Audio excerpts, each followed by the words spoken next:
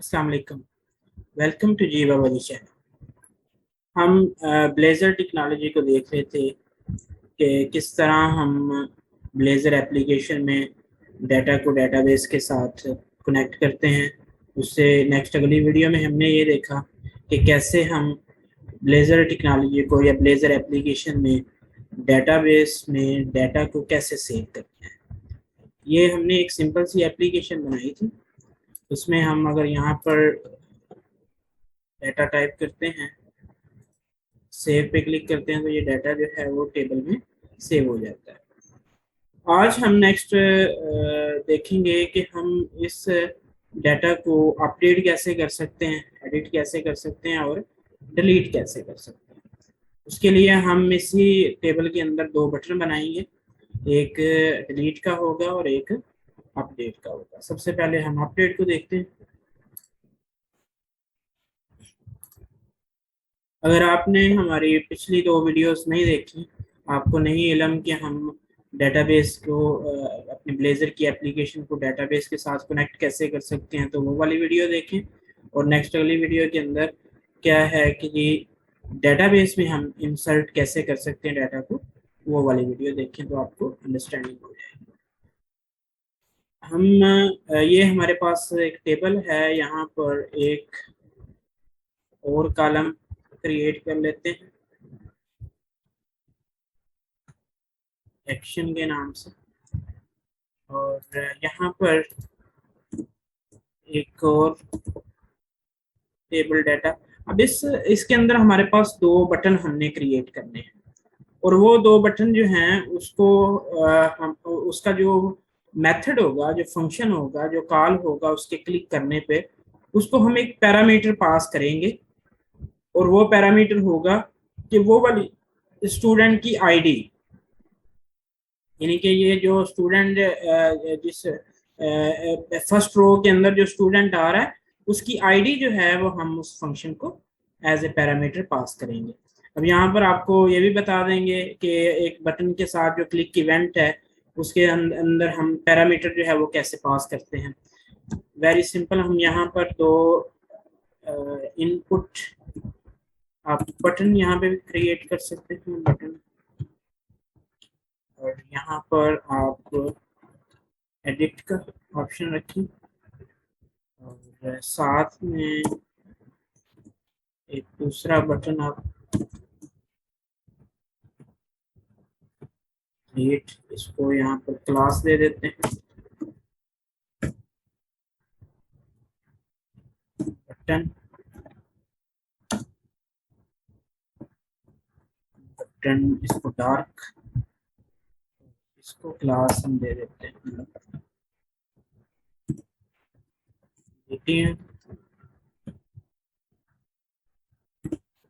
Danger की, हम इसको क्लास दे देते हैं। अगर मैं इसको एक दफ़ा रन करूँ, अब हमारी ये जो पेज है स्टूडेंट वाला वो इस तरह शो हो रहा होगा, इस तरह। ये आपके पास एडिट का है और ये डिलीट का है, ये दो बटन। अब एडिट पे क्लिक करने पे हमारा ये जो डाटा है ना अली, और उसका ये जो एड्रेस है ये इन्हीं टेक्स्ट बॉक्स के अंदर आना चाहिए। और यहाँ पर अगर हमने कुछ एडिट करना है तो एडिट करने के बाद यानी कि यहाँ पर हम अगर उसको अपडेट करना चाहते हैं, जो भी हम नया उसका नेम या उसका नया जो एड्रेस लिखना चाहते हैं वो लिखेंगे, और सेव के बटन पे क्लिक करने पे वो उसी डाटा को अपडेट कर देगा। अब पहले हम ये काम कर लेते हैं। अब एडिट वाला एट ऑन क्लिक हम फंक्शन बनाएंगे। अब अगर आप इसके साथ कोई पैरामीटर पास कर रहे हैं तो आपने फंक्शन ऐसे लिखना है, एडिट स्टूडेंट, और यहाँ पर आप जो है आइटम, ये इसके अंदर जो वैल्यू आ रही है आइटम डॉट आईडी, आप इसको पास कर देंगे। इसी तरह ये फंक्शन यहाँ पर भी क्रिएट कर देते हैं, एडिट की बजाय डिलीट का, और इसको मैं नाम दे देता हूँ डिलीट स्टूडेंट, ठीक है।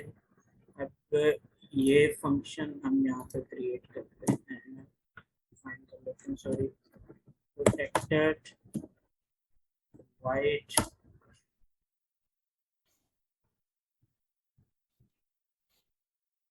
स्टूडेंट।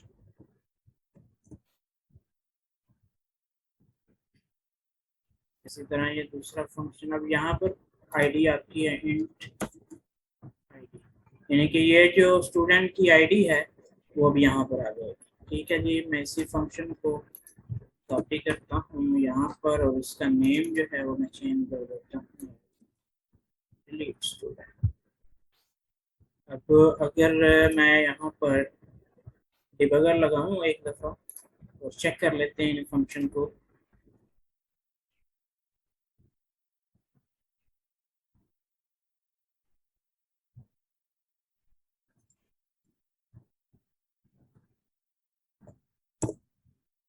अगर मैं एडिट के बटन पे क्लिक करूंगा तो ये वाला फंक्शन कॉल होगा और यहाँ पे आईडी मेरे पास क्या आ रही है, 1 आ रही है।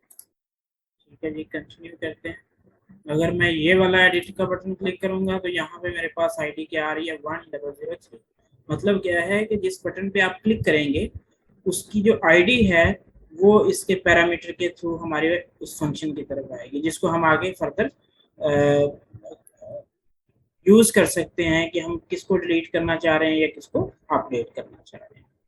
ठीक है जी, अगर हम ये डिलीट वाले बटन पे किसी पे क्लिक करते हैं तो यहाँ पर आईडी जो है, ये सॉरी डिलीट वाला, यहाँ पे आईडी 102 आ रही है और यहाँ पर भी 102 आ रही है, क्योंकि ये हमारा जो है वो ऑलरेडी एक पास हो रहा है, लेकिन डिफरेंट बटन के ऊपर क्लिक करने पर उसका जो रिलेटेड फंक्शन है वो कॉल होगा।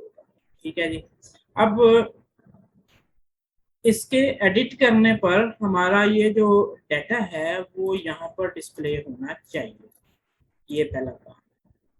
ठीक है जी, तो उसके लिए वेरी सिंपल, जब ये एडिट करते हैं तो आपके पास ये है एक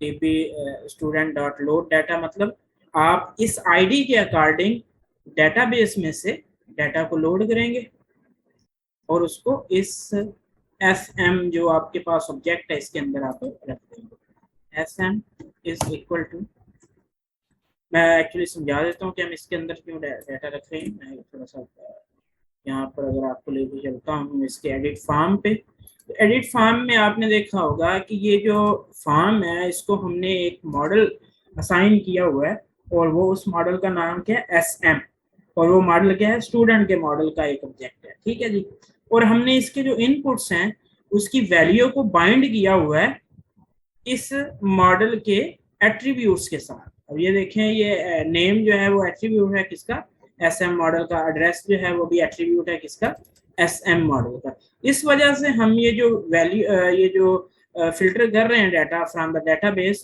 उसको हम एक्चुअली इस SM के अंदर जो है वो इसको असाइन कर देंगे। अब SM is equal to db student dot load data. अब साथ में वेयर की कंडीशन लगा देंगे, where a dot id dot equals. अब इस id को अगर आप ऐसे इक्वल लगा दें तो अभी कोई इश्यू नहीं है। a dot id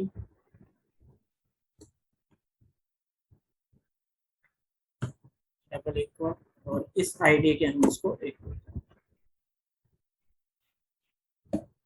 dot first RD form, क्योंकि हमारे पास ये ऑब्जेक्ट है तो हम ऑब्जेक्ट के अंदर एक सिंगल वैल्यू रख सकते हैं। ठीक है जी, अब अगर मैं यहाँ पर आऊँ इसको रन करूँगा, अब हमारा जो डाटा है वो फिल्टर होके इन्हीं टेक्स्ट बॉक्स के अंदर शो हो जाएगा।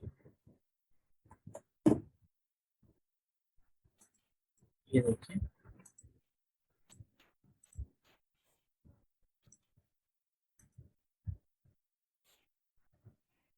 ये इस तरह करके हमारा जो डाटा शो हो जाएगा। ठीक है जी, अब डिलीट पे हमें जो है वो वहाँ पे शो करवाने की जरूरत नहीं है, डिलीट पे जस्ट हम क्लिक करें तो वो डिलीट हो जाए। अब हम जो है वो दो फंक्शन क्रिएट करेंगे। हमारा जो है डाटा एक्सेस लाइब्रेरी, जहाँ पर हमने एक स्टूडेंट डाटा के अंदर एक फंक्शन क्रिएट किया हुआ है इंसर्ट का, और एक फंक्शन हमने क्रिएट किया हुआ है लोड का। इसी तरह हम एक फंक्शन जो है वो क्रिएट करेंगे, एक बनाएंगे फंक्शन किसके लिए, डिलीट के लिए, और एक अपडेट के लिए। इसी को मैं कॉपी करता हूँ यहाँ पे, और इसको मैं नाम दे देता हूँ एडिट का। और एडिट पे हमने जस्ट सिंपल क्या काम करना है कि इस क्यूरी को हमने चेंज करना है। ये इंसर्ट इनटू की बजाय मैं इसको कर देता हूँ अपडेट, अपडेट स्टूडेंट टीबी को वो अपडेट कर रहे हैं। उसके बाद सेट, अब इस नेम की वैल्यू जो है वो इज इक्वल टू @name, और इस एड्रेस की जो वैल्यू है वो @address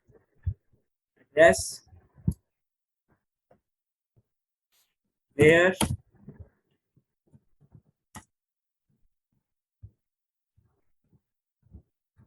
id is equal to @। ये हमने एक्चुअली फंक्शन लिख दिया। अब इसको मैं यहाँ पे उठाऊंगा, अपने इस इंटरफेस के अंदर रखेंगे।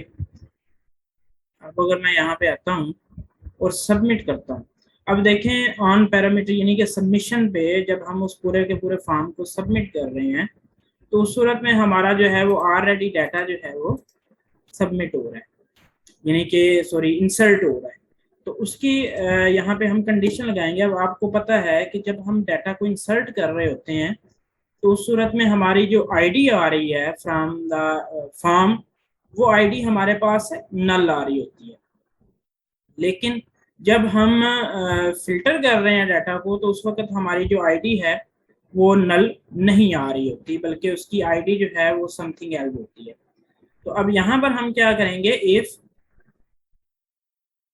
sm डॉट id जो है इज इक्वल टू 0। मैं अगर आपको यहाँ पर सॉरी डिबगर लगा के दिखा देता हूँ असल में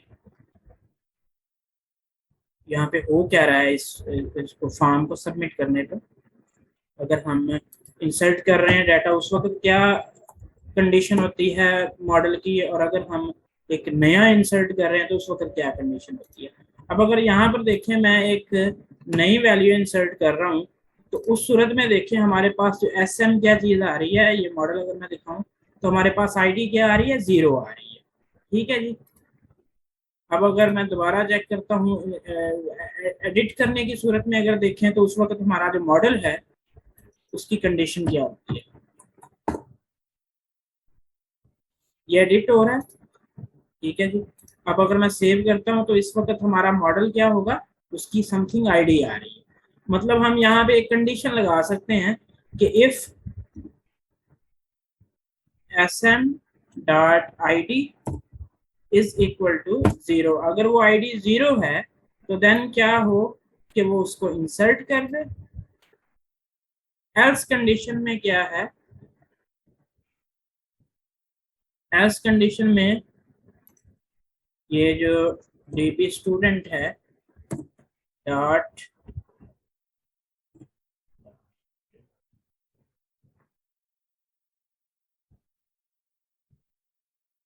एडिट का आई थिंक हमने फंक्शन बनाया हुआ है, ये एडिट का ही है। तो हम यही sm जो है वो एडिट पे ले जाएंगे। ठीक है जी। अब डिबगर को मैं हटाता हूँ और इसको एक दफ़ा रन करता हूँ।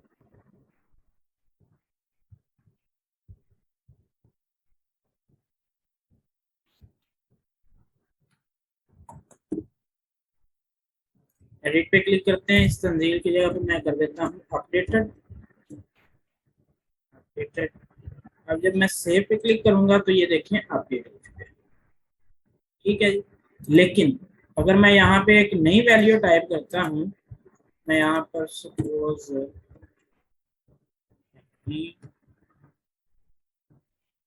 दूसरा वाला जब इसको मैं सेव करूंगा तो यहाँ पे एक नई वैल्यू इंसर्ट होगी। मतलब क्या है कि मॉडल की कंडीशन चेंज हो जाती है तो उसके अकॉर्डिंग वो या तो डाटा को इंसर्ट करता है इन डेटाबेस, और या फिर क्या काम करता है कि वो डाटा को अपडेट कर देता है। ठीक है जी, अब हम डिलीट पे आते हैं। अब डिलीट पे क्लिक करने पे एक्चुअली क्या हो रहा है कि हमारा ये वाला फंक्शन कॉल होता है, ये डिलीट वाला। अब हम सबसे पहले डिलीट जो हमारा आईडी है, यानी कि जिस आईडी के अकॉर्डिंग हम डिलीट कर रहे हैं, उस आईडी के अकॉर्डिंग हम सबसे पहले डाटा को लोड करेंगे from the database in object. कि हम कोई एक ऑब्जेक्ट बनाएंगे और उस ऑब्जेक्ट के अंदर सबसे पहले हम डाटा को फिल्टर करके लेके आएंगे कि हम इस डाटा को डिलीट करना चाह रहे हैं। तो उसके लिए मैं यहाँ पे सबसे पहले एक ऑब्जेक्ट बनाता हूँ स्टूडेंट मॉडल, और ओबीजे मैं उसको नाम दे देता हूँ। और इसके अंदर मैं क्या काम करता हूँ कि मैं इसी को मैं कॉपी कर लेता हूँ। ये देखिए, मैं डेटाबेस में से डाटा को लोड कर रहा हूँ इस आईडी के रेफरेंस के तौर पे, यानी कि इस आईडी के अकॉर्डिंग फिल्टर कर रहा हूँ मैं डाटा को। एट द एंड मैं क्या काम करता हूँ कि इस ऑब्जेक्ट को मैं डिलीट की तरफ लेके जाता हूँ। अब यहाँ पर मैं एक डिलीट का बना लेता हूँ फंक्शन। इसी को मैं कॉपी करता हूँ यहाँ पर, और इसको मैं डिलीट। अब डिलीट के लिए वेयर की कंडीशन तो ऐसे ही रहेगी। जस्ट आपने क्या काम करना है कि इसको delete student TP where ID is equal to ID आप कर देंगे। और इस टास्क को मैं जो है वो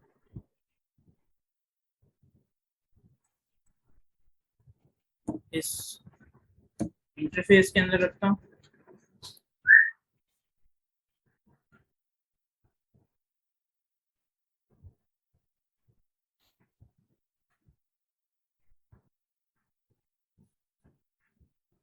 अच्छा जी, अब हम उसी तरह db स्टूडेंट डॉट डिलीट, और इसको हम असाइन कर देंगे ये वाला ऑब्जेक्ट जिसके अंदर हमारी वैल्यू पड़ी हुई है। ठीक है जी। अच्छा, अब ये अपडेट करने के बाद, सॉरी, इसको डिलीट करने के बाद मैं जस्ट अंदर गया हमारा सबमिट वाला। मैं डिलीट करने के बाद दोबारा जो है वो डाटा को लोड करूंगा ताकि मेरा जो टेबल है वो एक दफ़ा रिफ्रेश हो जाए कि जो जो डिलीट हो रहा है।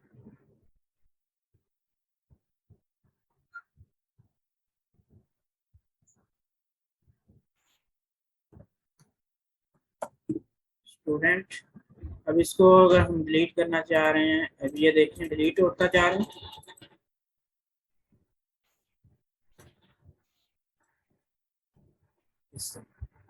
नया भी अब इसी तरह आप ऐड कर सकते हैं, डिलीट भी कर सकते हैं, एडिट कर सकते हैं। एडिट हो रहा है, ठीक है जी। अब आपका जो है वो क्रूड ऑपरेशन कंप्लीट हो चुका है। नेक्स्ट वीडियो के अंदर हम इसके कुछ एडवांस फीचर देखेंगे ब्लेजर टेक्नोलॉजी के। अगर आपको हमारी वीडियो पसंद आई है तो काइंडली इसको लाइक करें, शेयर करें और चैनल को सब्सक्राइब करें।